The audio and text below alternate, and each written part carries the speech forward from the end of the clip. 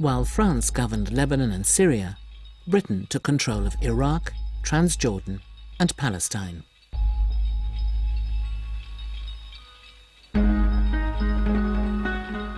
Albert Kahn sent his photographers on 3 separate missions to Jerusalem in the years following the Great War.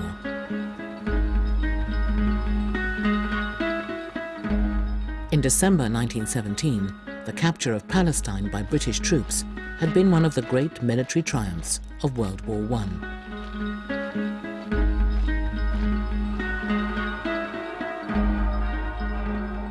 For the first time in over 500 years, the Holy Land was under Christian rule.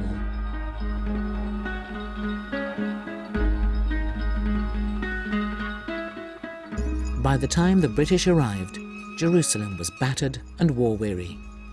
More than a third of the population had either fled or died. The British soldiers, when they came into Jerusalem, they didn't find the golden city of God. They really found a very, very desperate village which had gone through years of starvation and with no services at all, no water, no medical services, no food. So this was a city where hunger and starvation resided, not God. I remember my father told me that the hardest years were the years of the war. They were very poor. They went years of great hunger, great poverty, to such a point that a simple commodity, such as table salt, was too expensive to buy. When we look at the pictures and we see the dust, I mean, these pictures bring the dust. They don't glamorize it. They don't romanticize it.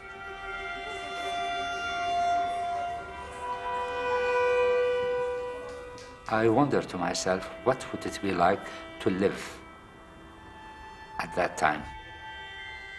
What did the people feel? What would it be like to walk in these streets?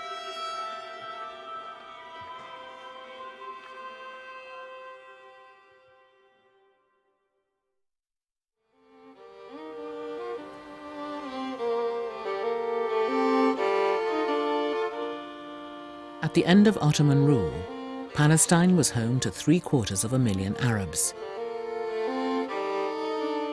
Some were Bedouins who lived off the land. Bedouins are very romantic in the sense they expand in nature around them. They like to be alone, not because they are, antisocial, but because they have this discourse with themselves and nature.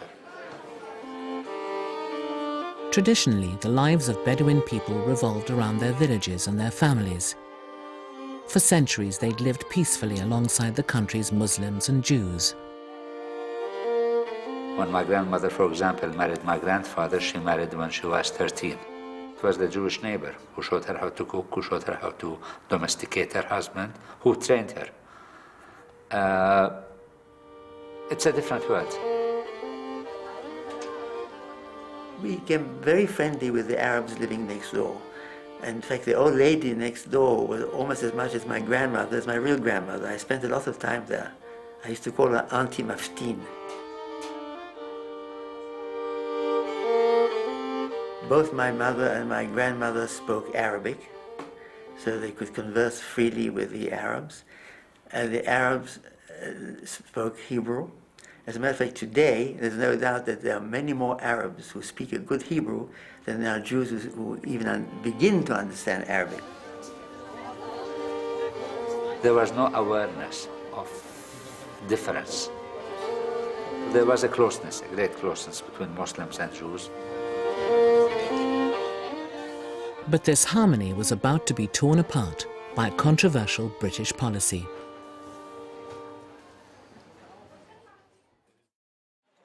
Jewish Zionists had been calling for the creation of a national homeland in Palestine. After years of campaigning, they persuaded the British Foreign Secretary, Lord Balfour, to back their cause. In 1917, Balfour wrote a letter to one of the leaders of this movement.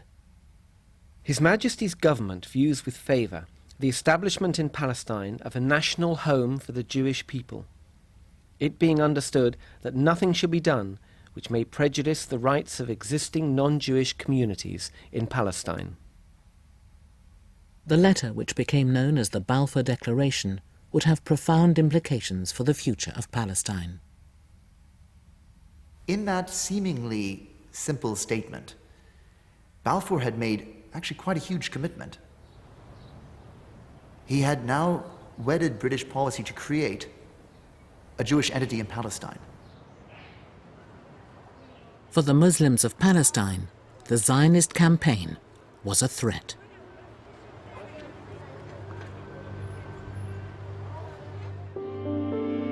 These pictures show one of France's most senior clerics, Cardinal Dubois, arriving in Jerusalem on a diplomatic and religious mission. Cardinal Dubois was there to voice concerns against Balfour's pro-Zionist policy. We are approaching Christmas of 1919. It's very cold in Jerusalem, very rainy. Cardinal Dubois' visit is a combination of PR and pilgrimage and diplomacy and demonstration. Cardinal Dubois was carrying a petition signed by Palestinian Muslims opposed to the Balfour Declaration. It read, "In the name of justice and of equality, we ask you not to allow Jewish immigration to Palestine and to remove from us the Zionist danger. We cannot permit this without sacrificing our precious blood." But Balfour ignored the protests of Palestine's Muslim population. Britain's commitment to a Zionist homeland ignited tensions between Jews and Muslims. Balfour belonged to a group of Christian Zionists. He belonged to those people who knew the names of mountains and rivers of Palestine before he knew names of mountains and rivers in England.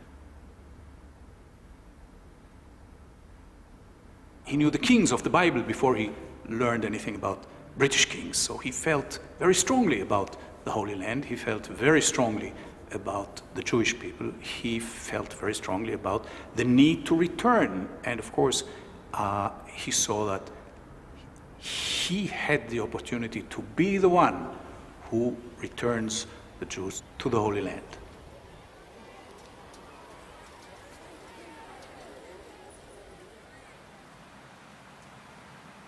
In 1925, Cannes photographers followed Lord Balfour on his historic visit to Jerusalem. In the years since he'd made his famous declaration, almost 100,000 Jews had arrived in Palestine. Balfour laid foundation stones at the Hebrew University, an institution intended to turn Hebrew into a living language and give the new Jewish settlers a strong national identity. We are now 7 years after the publication of the Balfour Declaration. Thousands of Jews already live in Palestine as a result of that declaration. The Zionist dream starts to realize itself. And here, the man himself comes to Jerusalem to attend the opening of the Hebrew University on Mount Scopus in Jerusalem.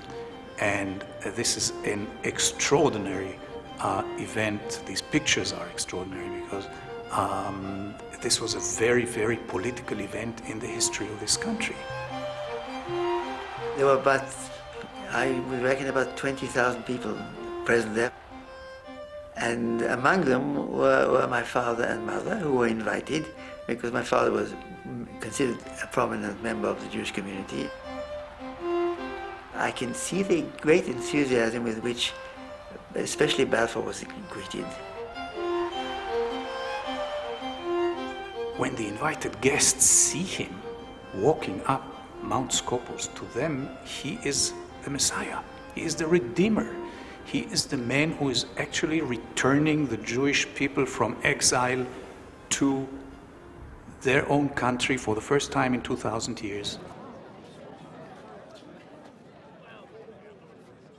To rapturous crowds, Balfour outlined his vision of a new Jewish homeland.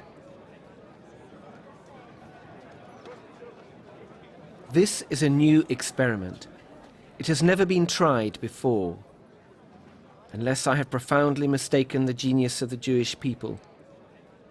The experiment is predestined to inevitable success, on which not only men of Jewish birth, but others sharing the common civilization of the world will have reason to congratulate themselves. I would say he looked messianic. I can't think of any other word. He was wearing one of these university robes, and he had this hair that was all over the place, and he was using his hands a lot as he spoke. My parents told me, this is it. That's what we've been waiting for.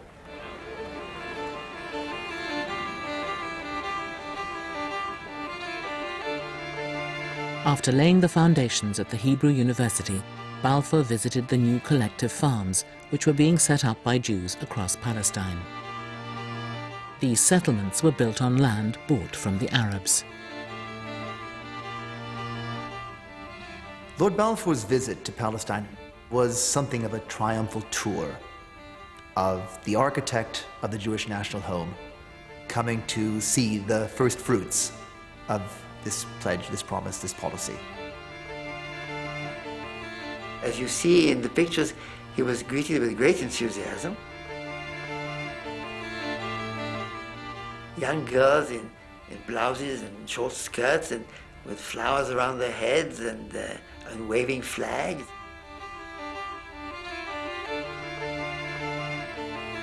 I think one of the most interesting pictures is where you see the Star of David, somewhat makeshift Star of David, and the British flag together, and that really symbolizes everything.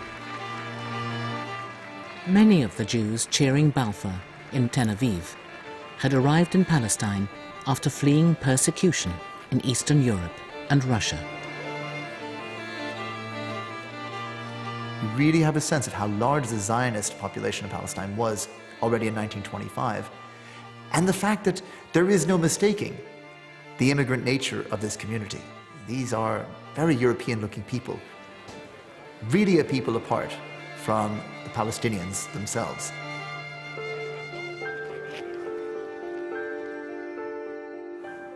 Obviously, these are very one-sided pictures because they only show the Zionist joy.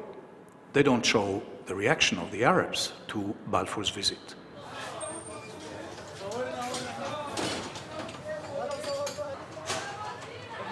At the time, Jerusalem's Muslim shopkeepers battened their doors and locked their shutters in protest at Balfour's visit.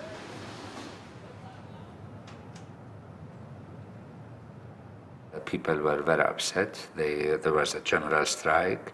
They dressed in mourning.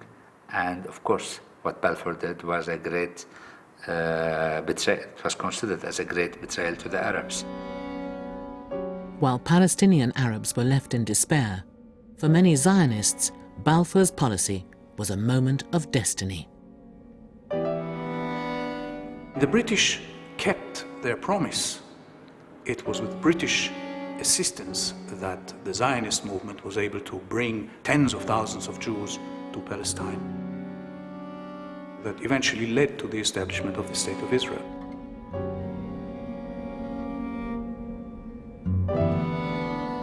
But we also see how inevitable the war between Israelis and Palestinians was. It's not the fault of the British. It was just inevitable. Opening Palestine to the Zionist dream meant war. In 1948, the State of Israel was established. Almost a quarter of a century after his visit, Balfour's promise had become a political reality.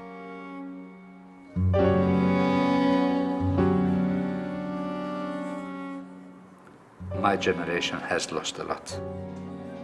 We have inherited the wars, the problems, the tensions, the hostilities that tear the Jewish people and the Arabs apart. the Israeli as a distant image, as a distant person. The only contact we have actually is with a soldier or at a checkpoint.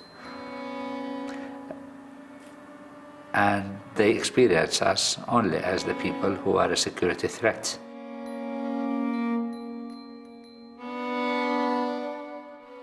In the years after the Great War, the destiny of the Palestinians still hung in the balance.